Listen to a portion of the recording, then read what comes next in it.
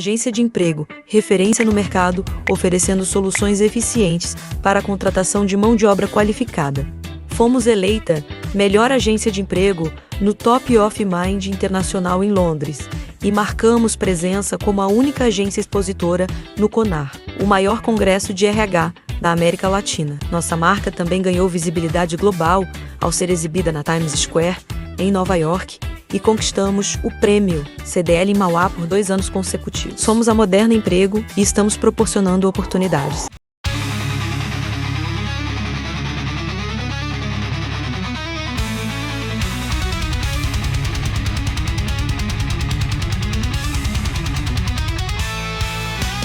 Bom, antes de mais nada, eu gostaria de agradecer aos nossos patrocinadores. Padaria Sabor do Pão, através da Aline Valverde, muito obrigado pelo apoio de vocês. Se vocês ainda não conhecem, dá uma passada lá e conheçam as delícias que eles fazem lá. Gostaria de agradecer também a Moderna Emprego, através da Jéssica, que é nossa apoiadora aqui desde o início. E se você está precisando entregar currículo ou precisa de uma vaga no mercado de trabalho, com certeza vale a pena procurá-los. Eu gostaria de agradecer também a Pratacar. Se você está precisando trocar de carro, quer comprar um carro mais novo, quer fazer negócio, procura o Leandro e fala com ele que com certeza você vai fazer um bom negócio. Sejam muito bem-vindos, eu sou Rafael Oliveira, vocês estão no podcast Juros Negócios e hoje eu tenho a honra de receber aqui nos estúdios Luciano Ribeiro. Ele que é CEO da Futuro Qualificação, ele também é mantenedor de 4 polos da faculdade Estácio. E hoje senta comigo aqui para bater um papo, falar um pouquinho a respeito de mercado de trabalho, mercado de qualificações e tudo sobre faculdades. Obrigado, Luciano, por estar aqui comigo. Para mim é uma honra estar aqui, né, Rafa? Né? A gente já é amigo aí, não de longa data, de pouco tempo, mas a gente teve um contato muito bom, né? Então eu fiquei muito feliz aí pelo convite, né? Legal. Eu agradeço muito por você ter aceito o convite, por você estar aqui comigo. Eu tenho entrevistado pessoas das mais diversas áreas aqui e tenho tentado demonstrar para quem assiste as possibilidades que nós temos hoje no mercado de trabalho, que às vezes a gente acha que só tem uma via para ser bem-sucedido, uma via para fazer. Se eu não fizer desse jeito, não vai dar certo. E você é um desses casos, que eu nunca tinha conhecido ninguém que fosse mantenedor de uma universidade ou de uma faculdade como você é, e a gente conversou bastante a esse respeito. E aí eu acho muito interessante. Eu conversei já com gente que vende digitalmente, conversei com influencers, conversamos com o nosso irmão Leandro, que vende carros. Então, eu acho que essa diversidade faz muito bem. Falando de empreendedorismo, falando de como se manter mesmo, né? De mercado de trabalho e tudo mais. E eu espero que as pessoas possam aprender bastante com a sua história. Vamos lá, vamos falar um pouco da nossa história, né? Você, além de ser CEO, além de ser mantenedor, você também é pastor, né? Sim. Então, eu gostaria que você se apresentasse. Quem é o Luciano? Falasse se você é casado, filhos, se apresenta para o pessoal. Se quiser olhar para a câmera lá, fica à vontade também. Legal. Então, pessoal, sou o Luciano, né? Como o Rafa já falou, sou casado com a Andréia, tenho 2 filhas lindas, a Rafaela de 15 anos, a Luana de 21. Tenho 49 anos de idade, parece ser menos, mas... Isso, tá bem. Apesar dos cabelos brancos. Tá no formal. E aí, tem uma história aí longa para contar, né? A gente, hoje, sou mantenedor da Estácio, mas nem sempre fui, né? Eu comecei a minha história como trabalhando em montadora de carro. Foi o seu primeiro emprego já direto em montadora ou não? Como que você iniciou no mercado de trabalho? Vamos lá.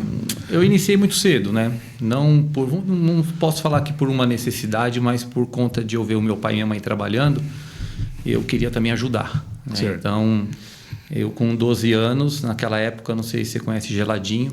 Né? Sim. A gente fala de geladinho, eu pegava uma caixinha de isopor, colocava geladinho dentro e tinha um terminal de ônibus próximo de casa e eu ia lá vender. E você é de onde? Dessa época aí a gente está falando de onde? Você morava onde? Eu nasci em Santo André, sou daqui de São Paulo mesmo, nasci em Santo André e a gente tinha mudado para São Mateus, certo, que é aqui na zona leste de São Paulo, né? Então foi ali que eu morei a maior parte da minha vida, né? Hoje eu voltei para Santo André, já faz uns 14, 15 anos que eu moro aqui em Santo André novamente, mas eu vivi minha adolescência, minha infância, né, em São Mateus mesmo, zona leste. Certo. Então ali eu via a necessidade de a gente ter que trabalhar, né? Assim, a gente estudava, mas tinha que trabalhar para poder ajudar em casa, né? Apesar de eu não era assim muito ajudador por conta de de gostos com várias coisas que eu comprava para mim. Meu pai, às vezes, deixava o dinheirinho comigo e falava, não, fica com o seu dinheirinho aí, pelo menos você não gasta o meu, né? E só de comprar suas coisas já me ajuda. Já ajuda. Então, e por conta disso, com 14 anos, naquela época a gente podia trabalhar com 14 anos, né? Sim. Então, com 14 anos, a gente saiu, minha mãe saiu comigo. Tinha uma avenida conhecida lá em São Mateus, que é a Avenida Mateu Bey. Ainda é conhecida. É bem conhecida. E aí eu fui trabalhar numa distribuidora de doce.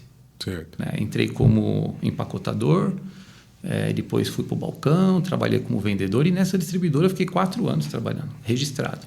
Já comecei muito cedo, né? Sim. E por conta de trabalhar como vendedor, eu achei que eu seria um vendedor. Né? E aí fui nesse rumo de vendedor. Era bom, conversava bem, tinha argumentação para vendas.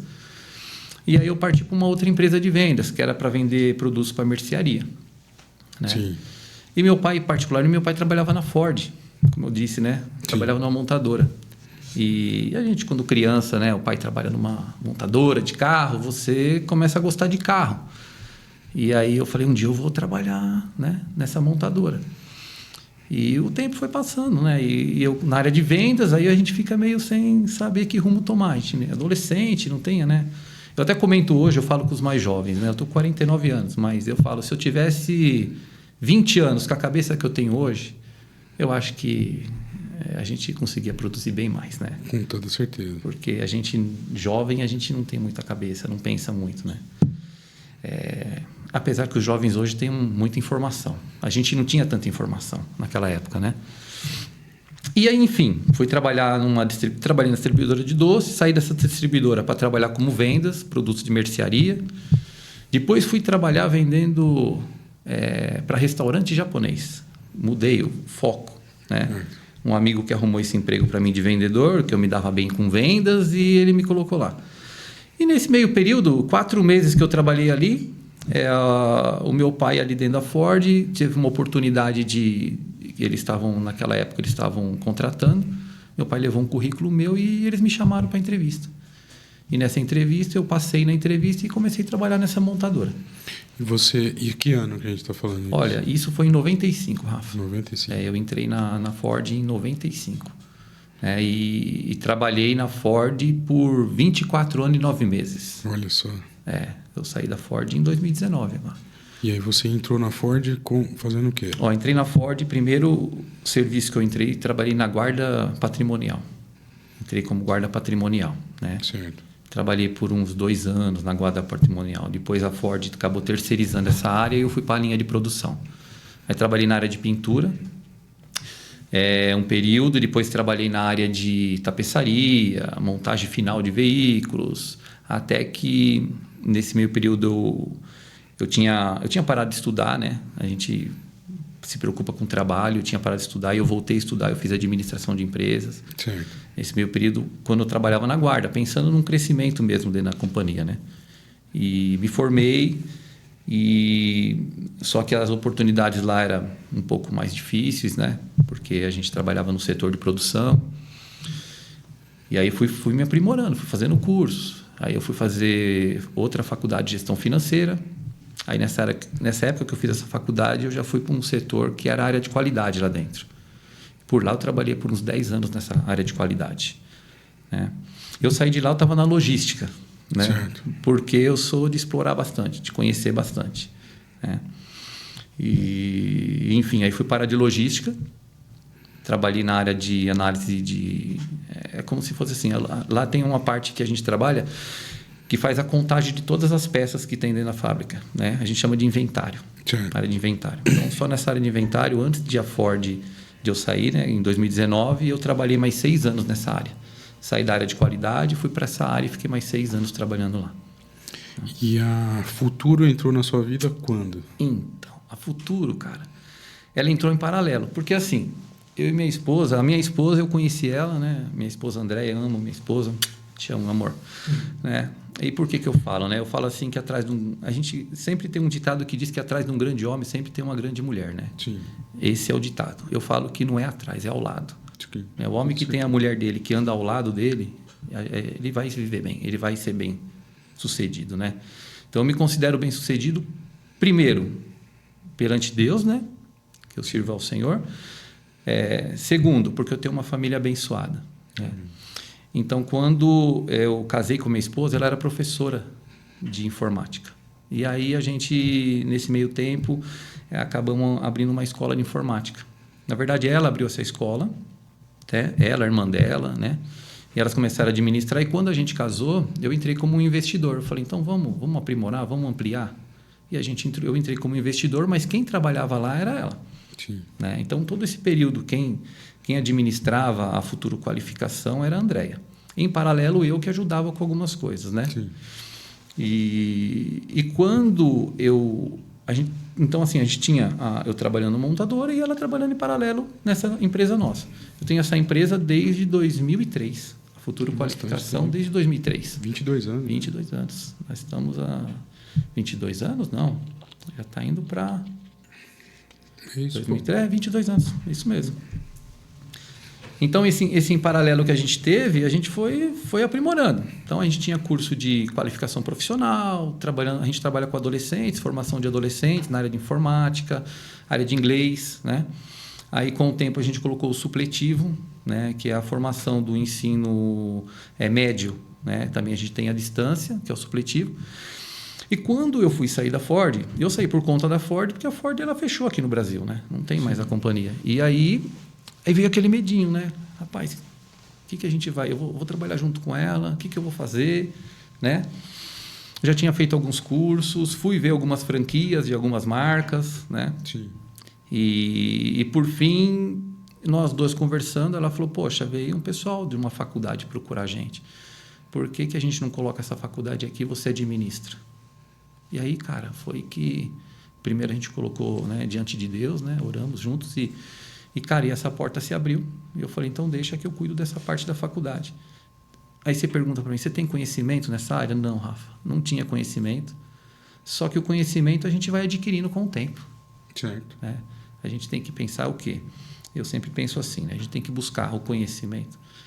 E não, o medo a gente vai ter, porque os desafios são lançados para a gente a todo momento. Então, a gente tem que superar esse medo para poder vencer os desafios. Com certeza. Então, peguei, a Estácio veio nos procurar e a gente montou o primeiro polo lá em São Mateus mesmo. Nossa escola fica ali na Avenida Mateu Bey, né? E a gente montou o primeiro polo ali, junto. A Futuro, a escola lá começou lá em São Mateus. Isso, a Futuro Qualificação era lá de São Mateus mesmo, certo. Na Avenida Mateu Bey a gente está. Eu achei que era em Mauá. Não, a gente teve uma em Mauá.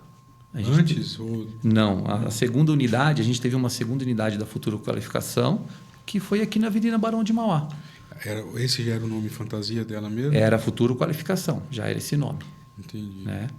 E a gente ficou um período aqui nessa região, né?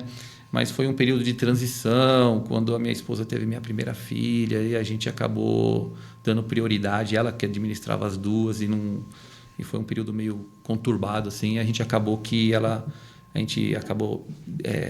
fechando essa unidade para ficar somente com uma, para a gente ter um controle melhor, né? Sim. Porque a gente trabalha com bastante qualidade no negócio que a gente faz. Então, para não ter qualidade, é melhor não ter duas, né? Hoje, com o conhecimento que eu tenho nessa área da Estácio, né? Hoje a gente está com 4 polos e pretendemos abrir mais. Os polos são aonde? A gente tem um em São Mateus, a gente tem um na cidade de Tiradentes, na Zona Leste também, a gente tem um na Sapopemba e o caçulinha agora que a gente abriu aqui em São Mateus também, mas é no Parque São Rafael. Certo, aqui pertinho. É perto, aqui próximo, aqui. Né? E é isso aí, a gente está trabalhando. É o que eu digo, né?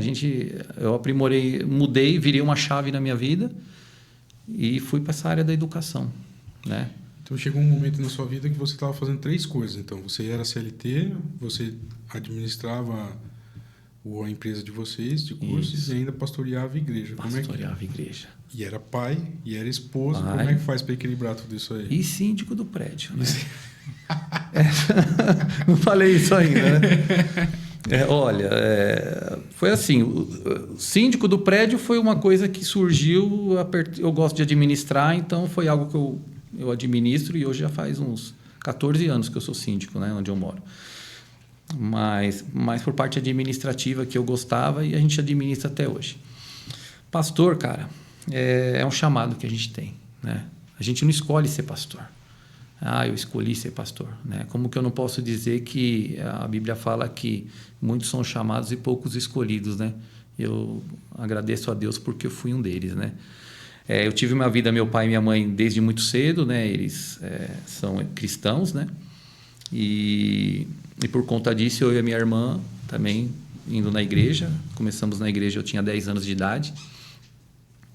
Com os 15 anos de idade veio aquela fase da rebeldia, da adolescência, né? Foi um período que eu me afastei da igreja, né? Eu me afastei da igreja e não aconselho ninguém a fazer isso porque foi um período conturbado que eu passei, né? Como adolescente. E quando eu casei, cara, eu não sei se eu comentei isso com você, né? Eu casei e assim eu e minha esposa não éramos da igreja e a gente curtia bastante. E um dia Deus me deu uma visão, cara, né? A gente estava até numa balada e ali o Senhor me deu uma visão. Essa visão, não sei se eu posso contar aqui, claro, mas vou falar uma visão. Tem pessoas que acreditam, tem uns que não, mas Deus me deu uma visão. A gente estava num ambiente onde tinha um quiosque, né? E o pessoal bebendo e tudo ali. E Deus me deu uma visão, cara, que tinha um trono em cima desse quiosque. E em cima desse trono tinha o diabo sentado. E ele estendia a mão e falava, tudo isso aqui é meu. E eu estava no meio, sabe? Eu estava no meio. Eu acho que foi ali que virou uma chave na minha mente e eu falei, não posso estar aqui nesse meio. Isso já fazia 6 anos, de 2015, eu estava com 25 anos, 10 anos que eu estava afastado da igreja. E não me preocupava, nem pensava em ir na igreja. E quando virou essa chave, cara, aquilo ali ficou... Aí veio um vazio dentro do meu peito. E ali eu fiquei com aquilo ali na minha mente e aquilo foi me atormentando. A gente voltou para casa e um dia eu cheguei para minha esposa e falei, olha, eu preciso de uma igreja. Eu não sei se você tem o mesmo pensamento que eu, mas eu preciso de uma igreja. Ela falou, você não acredita? Eu estava pensando a mesma coisa. Olha só.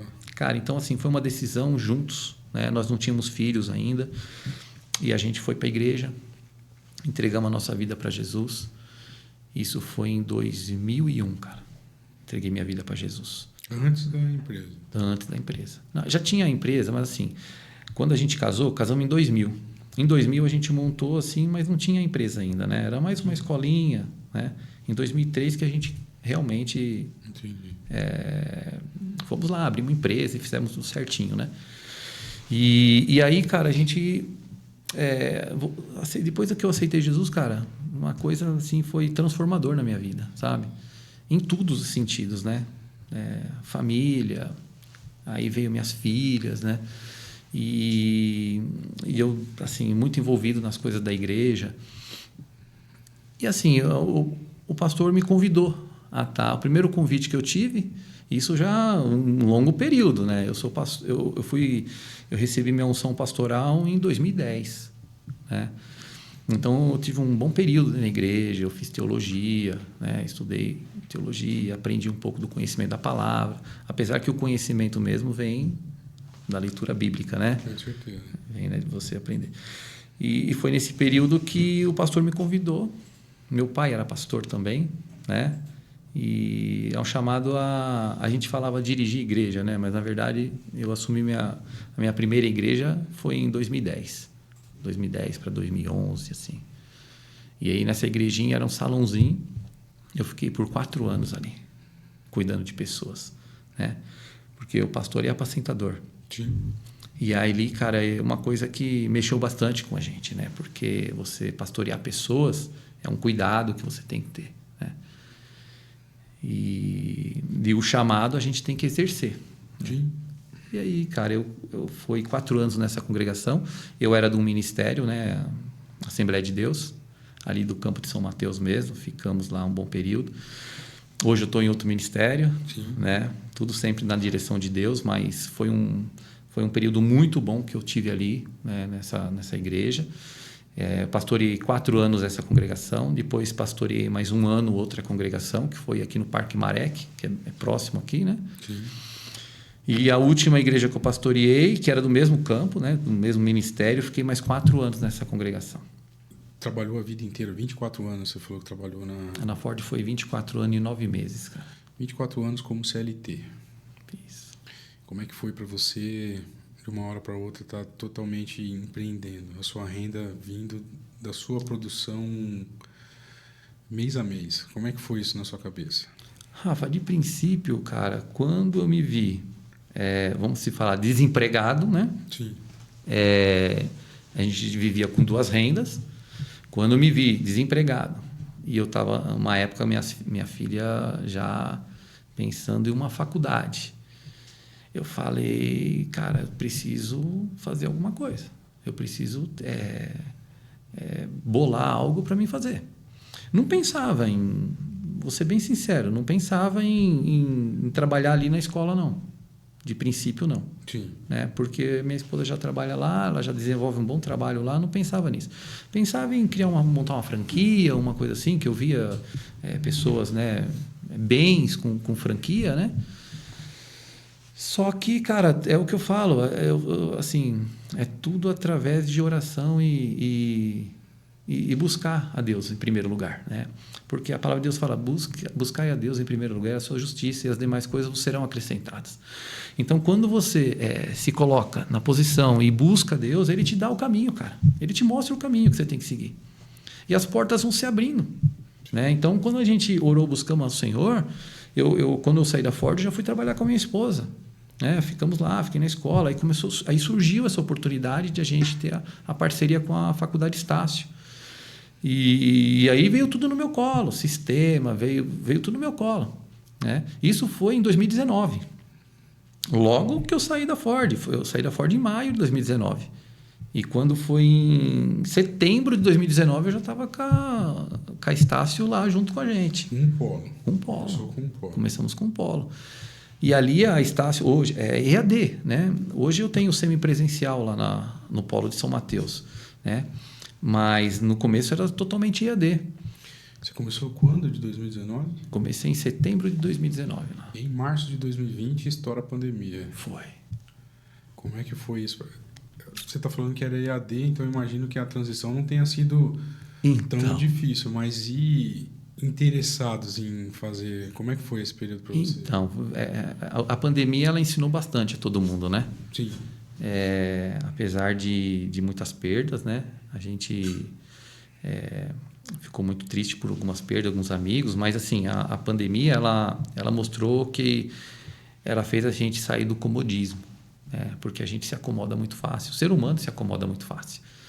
E quando entrou a pandemia, que a gente estava com um negócio novo, né? Aí vem o medo. Falei, agora, como que eu faço? Eu não tinha uma plataforma do meu curso que eu já dava lá na escola, né? de profissionalizante, eu não tinha uma plataforma EAD. Então, teve que automaticamente criar uma plataforma EAD. Nós criamos um método EAD. E a faculdade estava começando, né? Estava começando a primeira captação. Então, nós entramos ali na captação que seria melhor para a gente e entrou a pandemia. A gente falou, meu Deus, e agora? E eu acompanhava tudo pelo sistema, né? Porque a gente tem um sistema lá que as matrículas vão chegando lá para a gente. Eu chamei minha esposa e falei assim, dá uma olhada aqui. Na primeira captação eu tinha feito em torno de umas 27 matrículas, né? E eu já achei que era o máximo, porque primeira captação eu não sabia, não tinha noção. De repente a gente olhou, cara, o pessoal em casa, preciso fazer alguma coisa, preciso estudar. O que o pessoal fez? Começou a entrar e procurar faculdade, procurar cursos, E quando eu fui ver o sistema, eu já estava com mais de 100 matrículas. Olha só. Eu falei, meu Deus, e para mim fazer a gestão de tudo isso agora, né? Porque eu era sozinho e eu achava que eu ia conseguir fazer tudo sozinho, mas não. Aí foi aumentando o número, aumentando o número de inscrições. E em meio à pandemia, a gente precisou contratar pessoas, porque alguém precisava fazer essa gestão. No início, minha esposa começou a me ajudar e a gente começou, né, a fazer e passou todo esse período da pandemia, porque fecha, abre, né? E tudo EAD. Tudo EAD. Aí hoje a gente tem, eu tenho 9 funcionários, né? As secretárias dos polos que trabalham com a gente, né? Mas no início foi bem difícil, né? Hoje a gente pegou... É por isso que eu falo, Rafa, a expertise do negócio veio assim, ó, de uma vez só. Quando a gente fala de funcionários, A gente conversou sobre isso a respeito na nossa última viagem, lá falando a respeito de delegado, a dificuldade de delegar algumas funções e tal. Mas na contratação de funcionários ou na manutenção deles, qual é a maior dificuldade que você vê no dia de hoje? Cara, eu vejo assim, né? A gente fala, todo empresário comenta que o mais difícil é a contratação, né? Eu vejo que é uma dificuldade na contratação, sim, né? Apesar de a gente fazer toda uma seleção, um treinamento específico, a gente tem a dificuldade nos jovens, né? Porque a maioria dos jovens hoje, eu trabalho com adolescentes, né? Mas os jovens eles se sentem preparados por conta de a internet estar na mão deles, né? Então eu tenho a internet na minha mão, eu sei mexer num computador, eu sei desenrolar um celular. Só que quando a gente precisa de alguém que a gente contrata, que ele tem que fazer uma planilha de Excel, que ele tem que ser bom em uma digitação, o pacote Office, o básico de tudo, eles não têm a informática. Você já tinha comentado sobre isso no começo da nossa conversa, falando a respeito da informação que tem hoje. Eu identifico que tem uma diferença entre acesso à informação e conhecimento adquirido. Isso mesmo. A gente tem acesso a uma enormidade de informação agora, e a impressão que eu tenho é que os jovens cada vez mais acham que não precisam aprender, porque a qualquer momento que ele precisar, a informação vai estar lá para ele acessar naquele momento. E a absorção de tudo isso fica cada vez mais difícil. Isso mesmo. É isso, né? É isso que a gente enxerga. Porque eu conheço muito e ao mesmo tempo eu não sei nada. Sim. É raso. É raso. Né? Então, quando você coloca um jovem hoje de 18, 19 anos, né? Ou até mesmo um jovem aprendiz que começa com 16 anos, a gente coloca ele para fazer um treinamento, a gente vê que ele fala que sabe, mas quando a gente coloca na prática, ele não sabe. Né? E aí a gente tem que ensinar ele a fazer. É aquela história da colocar no currículo pacote Office básico, isso básico, mesmo, pacote Office. Isso, mas na verdade o básico já é uma qualificação muito boa, viu? Porque hoje mesmo eu tenho um jovem aprendiz, está com 17 anos, está treinando hoje. Coloquei ele para treinamento hoje. E aí eu coloco ele uns 3 dias para treinamento e é ali que eu consigo fazer uma avaliação. Na entrevista foi muito bem, né? Fala muito bem, se comunica muito bem. Agora ele está lá na prática, né? na parte do treinamento. Hoje eu tenho uma funcionária que faz o treinamento, que ela era uma aluna nossa, uma aluna muito boa. Né? A gente fala assim porque a gente tem os alunos que se destacam, né? Sim. E eu costumo dar oportunidade para esses alunos que se destacam. Né? E ela já está comigo há 4 anos, trabalhando comigo. Que legal. Eu já tive outros funcionários que trabalhou e hoje já estão no mercado de trabalho, voando aí. Então, assim, a gente não segura, a gente vê que hoje ela entrou como jovem aprendiz, ela aprendeu, a gente deu treinamento para ela, hoje ela está treinando, ela faz administração de empresas, já está no 3º ano de administração, pela Estácio também, e ela vai se formar. Eu penso que daqui 1, 2 anos ela também está voando. Né? Não se preocupe em ficar segurando, porque assim, o que eu quero é que o jovem ele estude, ele aprenda e ele cresça profissionalmente, né? E que ele saia e voe para o mercado de trabalho mesmo. A oportunidade tem muitas. O que falta é qualificação. Agora, eu queria entrar um pouco no seu modelo de negócio mesmo. Eu queria entender um pouquinho como é que funciona um polo. A gente está falando da Estácio aqui. Um abraço. Se quiser patrocinar o programa também, Estácio, estamos por aqui. Se eu quiser ser um mantenedor hoje, ou se eu quiser... Eu não sei se eu falo adquirir um polo, ou se eu quiser trabalhar num polo desse, se eu quiser ser um mantenedor, como que eu inicio isso? Você falou que foi procurado, já tinha Isso. Você já tinha uma experiência com cursos profissionalizantes, tal, esse tipo de coisa, e procuraram você.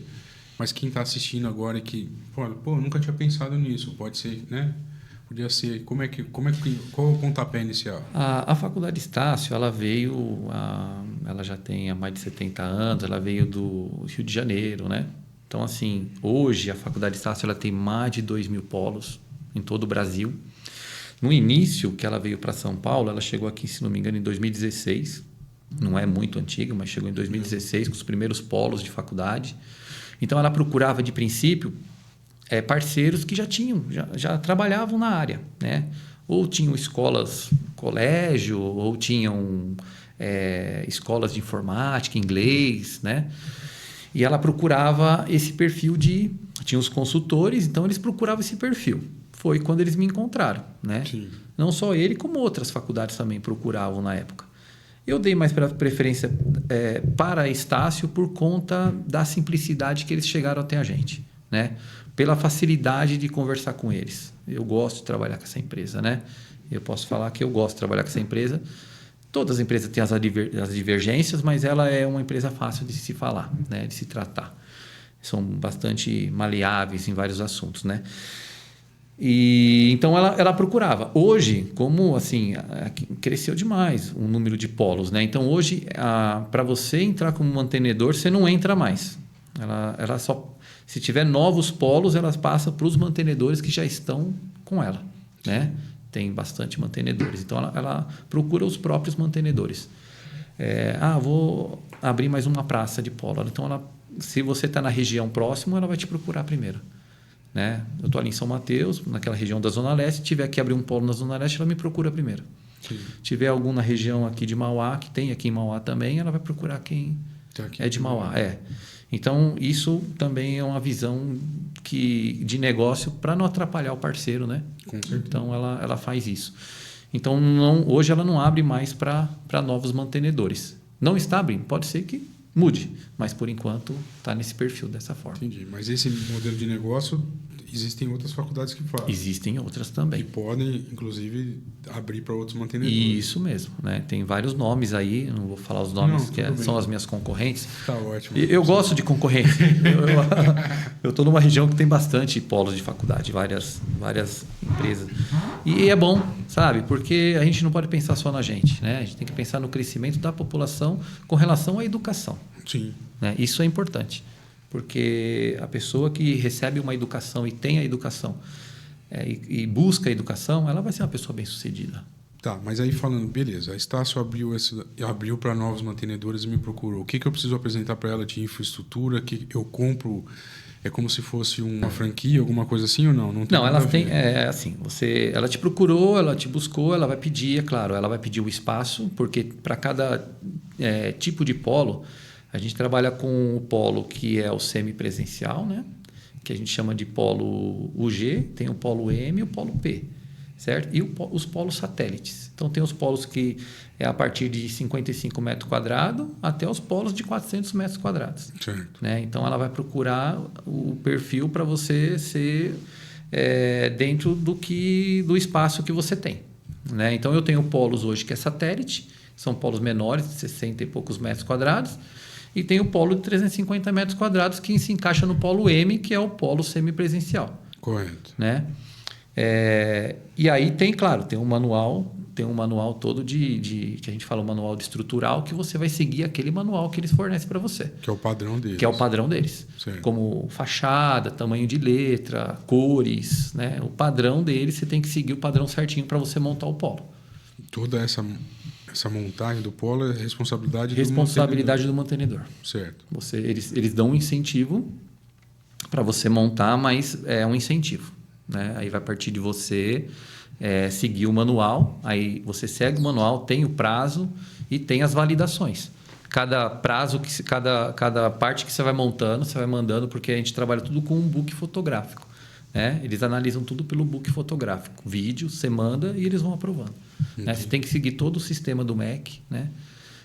A parte de acessibilidade, você tem que seguir todo um padrão para que esteja tudo certinho com o que o MEC exige, né? As exigências do MEC. E a parte acadêmica, como que é? Os professores, eu acredito que no online, no EAD, os professores devam ser por conta deles, ou não? Isso, os professores que, vamos supor, o aluno ele entra para fazer uma faculdade pela Estácio, online, né? O EAD.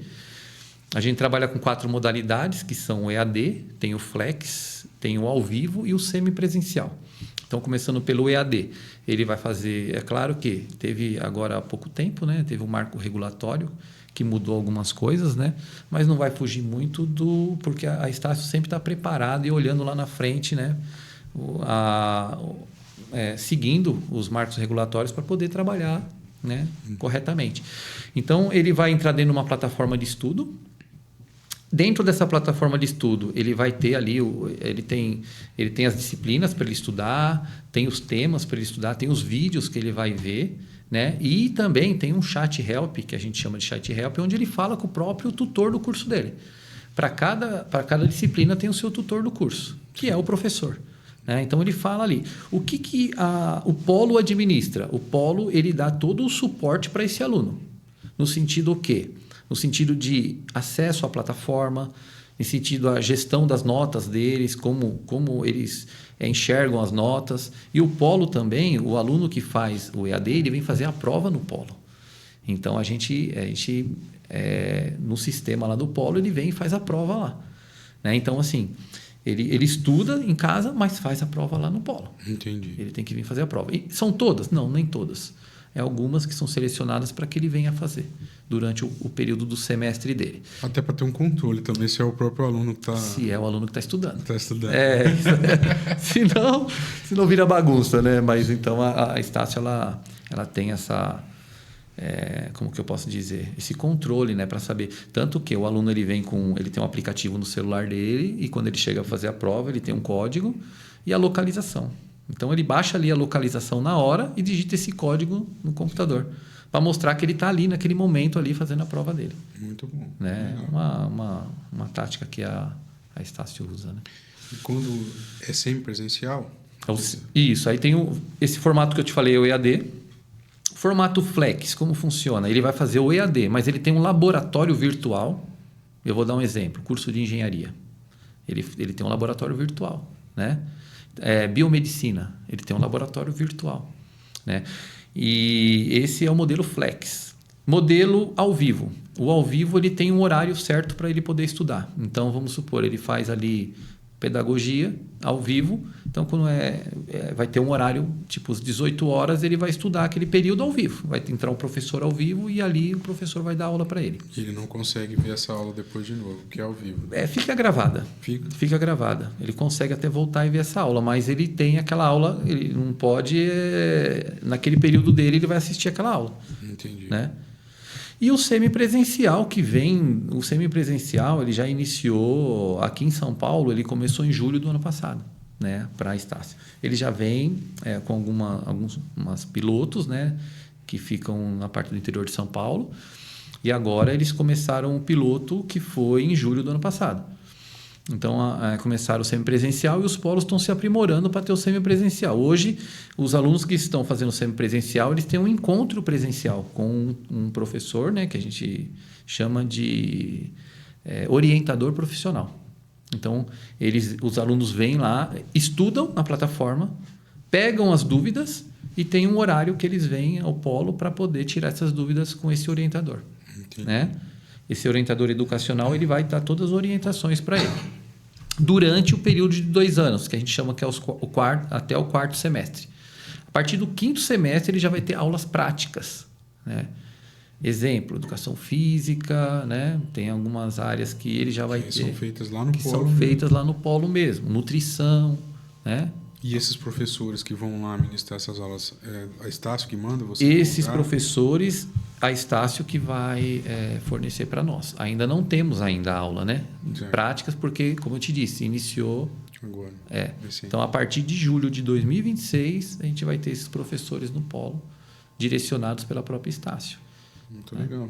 Muito legal mesmo. O que você tem como meta para o futuro, Luciano? Cara, dentro disso, você pretende crescer mais, ter mais polos?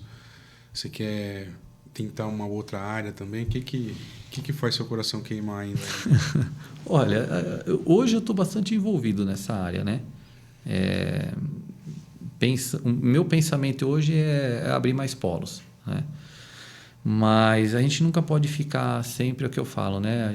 Os nossos ovos não podem ficar sempre numa cesta só, né?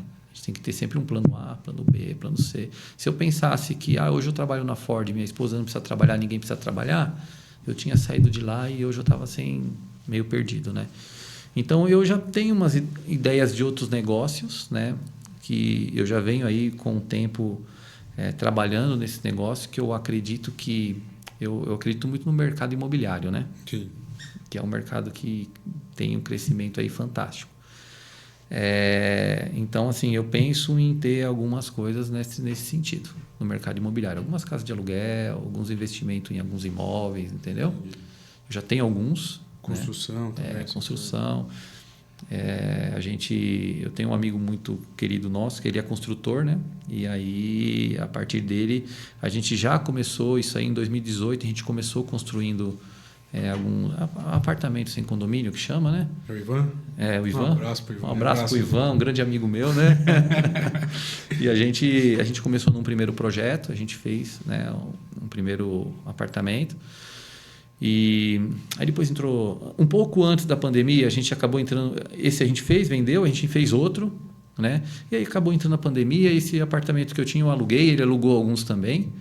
E hoje, o ano passado já começou em outro negócio, né? Entendi. Já começou em outro negócio. E é um negócio que eu viso aí um pouco mais para frente, dar seguimento nessa área aí da construção. Muito legal. A gente está caminhando para o final já. Você vê, você estava Passou rápido, né? Mas o tempo passa rápido. Dentro dessa sua história como empreendedor, qual foi o dia mais difícil para você? Que você chegou em casa e falou, poxa, não é para mim, ou eu vou largar tudo. Teve um dia que bateu um desespero? Como é que foi? Cara, eu vou falar assim, quando entrou a pandemia, bateu um desespero. Vamos falar que foi uma coisa assim que nunca aconteceu, né? Imagino que você tinha investido, inclusive, a sua rescisão da Ford, tinha né? investido, né? Investi bastante. Então, assim, você fala, meu Deus, será que esse negócio vai dar certo? Então, ali me deu um medo. Mas você lembra no começo que eu falei que tudo que a gente... primeira coisa que a gente vai buscar é em Deus? Sim. Né? Então, assim... Quando a gente busca em Deus, a gente sabe que vai vir os desafios, vai vir as provações, né? Mas a gente nunca vai receber uma aprovação para que a gente não seja aprovado, né? Então, eu sempre pensei assim, vai vir as provações, vai vir as dificuldades, mas Deus está no controle de tudo. Amém. Eu nunca deixei Deus na responsabilidade, porque a responsabilidade é minha, né? Mas sempre colocando Deus acima de tudo, né? Então... Eu penso assim, se eu coloquei Deus acima de tudo, o controle, está tudo sob controle. Tudo vai dar certo. Veio aqui semana passada e falou sobre ter Deus como sócio. Isso mesmo. Foi muito legal. Ele falou de ter Deus como sócio e entender que quando você faz coisa errada, Deus vai embora e você fica sozinho na sociedade. Eu vejo isso aí, Rafa, como primordial. Eu acho que a sociedade com Jesus, né, nunca vai dar errado. Só dá errado se você permitir que dê errado, né? Porque... a Bíblia fala assim, né, de colocar Deus à prova, né? Então, quando você coloca Jesus do seu lado como sócio, você não pode colocar ele à prova. A gente aprende isso, né? A gente aprende isso. Que é uma das causas que nos impede de entrar em Canaã. Não é? Colocar o Senhor à prova. Colocar o Senhor à prova. E como que é colocar o Senhor à prova? É fazer algo que desagrada a Ele. Eu sempre falo para meus alunos que colocar o Senhor à prova é querer colher onde você não plantou. Perfeito a sua palavra. É isso. É querer colher onde você não plantou. Como é que você quer que o Senhor te abençoe se você não é fiel? Né? Seja fiel no pouco e no muito te colocarei. Né? Se você não é fiel no pouco, como que você coloca o Senhor como teu ajudador? Não, né? Teu sócio ali do teu lado. Então... E a gente falou do momento mais difícil, mais triste, e o momento mais feliz para você nessa jornada? Qual foi o dia que você chegou em casa e falou, pô, vou estourar um champanhe aqui para comemorar que... Estourar uma H2O, né? Isso, uma H2O. Champanhe sem álcool. Champanhe sem álcool. Não, vamos lá. Cara, eu vejo que, assim, esse foi o momento mais difícil, mas os momentos mais felizes, para mim, é todos os dias, cara. Eu vejo como todos os dias. A gente acordar de manhã, para mim, já é uma alegria, né? Eu falo, hoje eu vejo minha filha está na faculdade e minha filha faz medicina, né? Então, assim, eu vejo que isso é algo que me traz alegria todos os dias. E todo mês também. Porque todo mês tem um boletinho lá, um boleto que eu tenho que pagar. Se eu conseguir pagar é porque... Conseguir pagar para mim é uma alegria, né?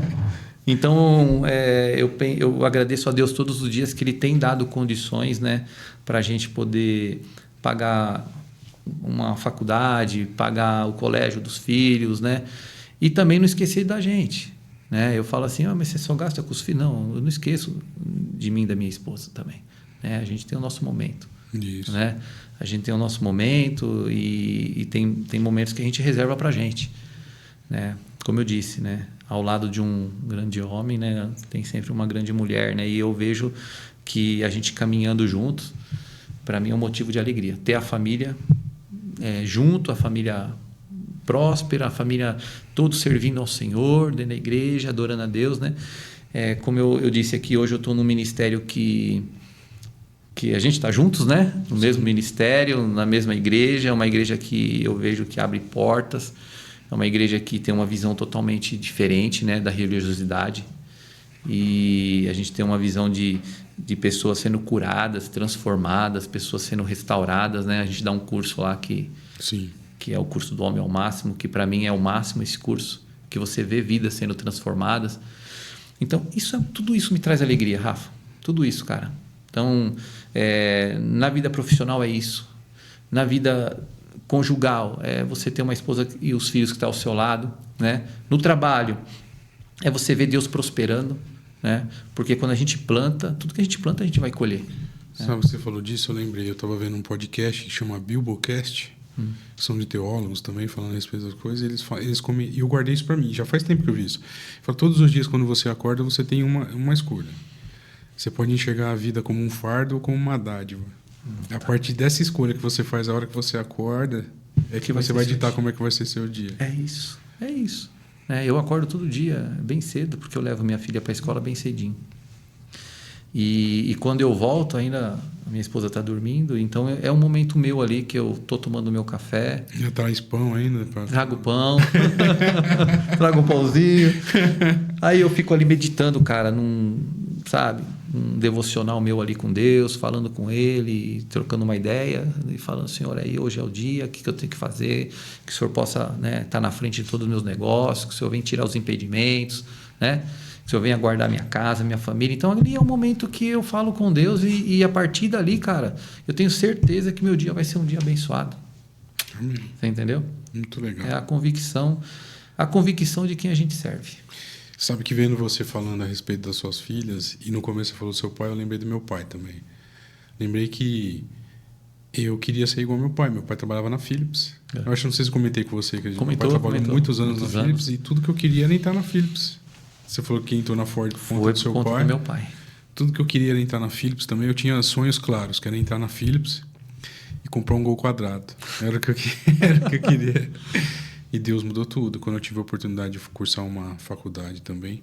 E aí foi que eu lembrei que você falou da felicidade. E eu lembro do meu pai falando da felicidade dele, de ter saído. Meu pai saiu da Bahia. E ele sempre fala da felicidade dele de ter 2 filhos formados em direito e 2 advogados em casa, da felicidade que ele tem. Eu imagino, né? O meu pai também veio da Bahia. Veio também? Veio da Bahia. Meu pai é falecido há 3 anos, né? Está indo para o 4º ano agora em julho. Mas meu pai foi a referência da minha vida. Eu falo assim que o que o meu pai me ensinou, eu vejo muitos jovens que... e muitas pessoas que não tem crise de paternidade, não tiveram, né, um pai presente. Eu nunca tive. Meu pai foi sempre presente.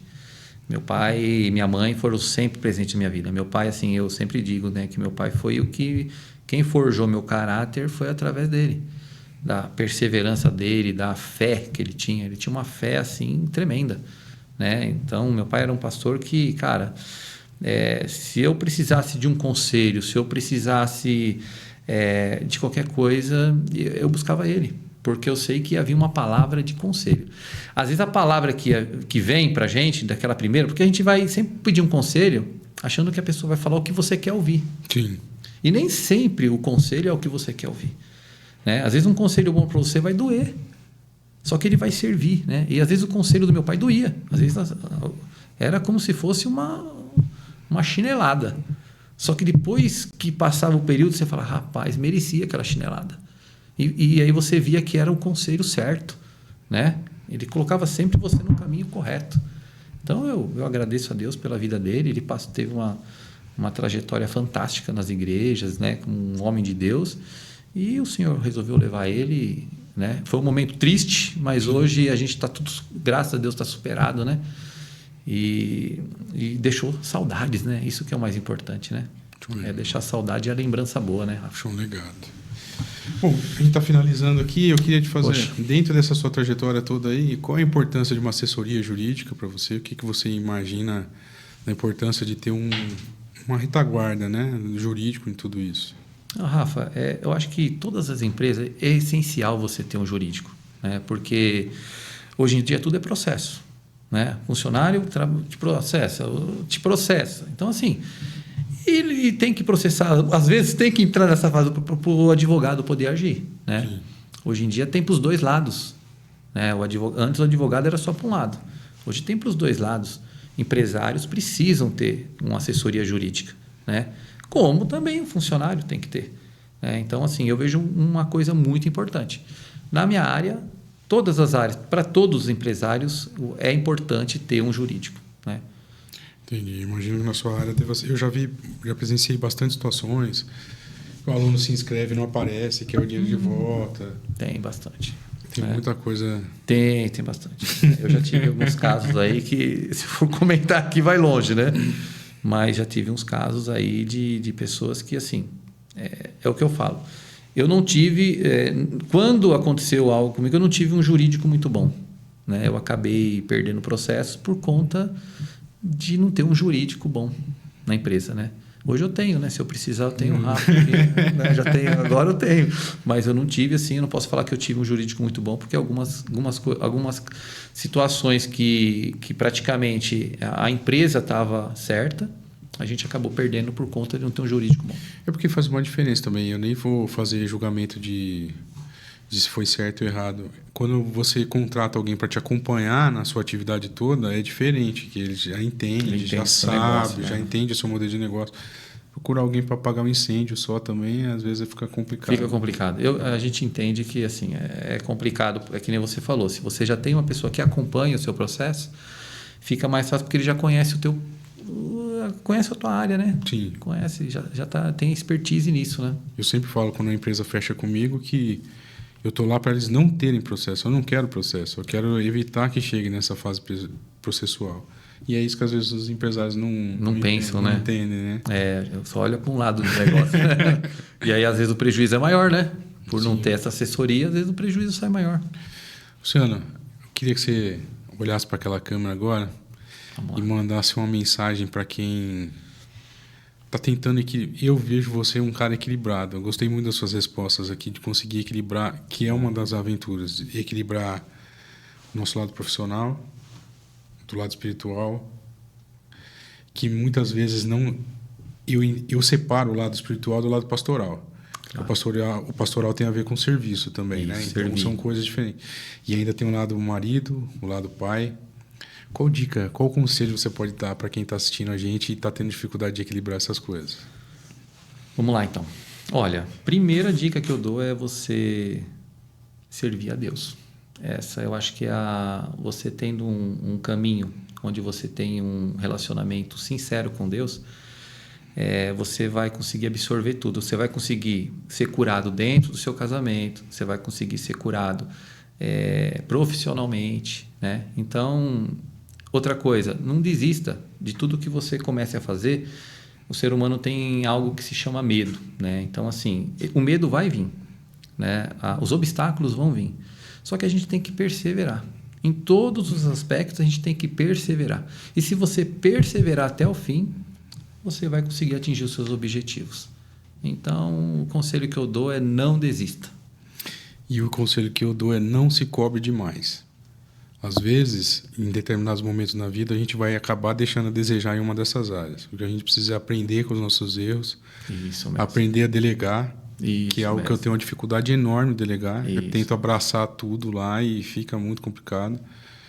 Mas a gente tem que ir aprendendo com os nossos erros e não cometê-los novamente. E delegar é confiar nas pessoas, né? A gente tem que confiar. Quando a gente delega algo, a gente está confiando. Sim. Né? Então, é difícil confiar? Mas é que você falou, Rafa, a gente aprende com os erros. Né? Sabe que eu brinco com a minha esposa que eu falo isso, né? Porque eu falo para ela e estou falando para mim ao mesmo tempo. Porque durante muito tempo eu tive muita dificuldade de contratar alguém para me ajudar no escritório, porque eu achava que ninguém conseguia. As pessoas poderiam fazer o que precisava ser feito, mas não do jeito que eu faço. Você faz. E tá tudo bem. Porque eu estava conversando com a minha esposa esses dias. As minhas filhas não precisam de duas mães cuidando dela. Ela precisa de uma mãe e um pai, porque é exatamente isso. Elas vão ser diferentes. Às vezes ela fala, não, você está fazendo a neném dormir. Não é assim que faz. Existe mais de uma forma de fazer a mesma coisa. Cada um faz de um jeito. Cada um faz de um jeito. Isso. E se a gente traz para a nossa vida, tem a ver com isso também.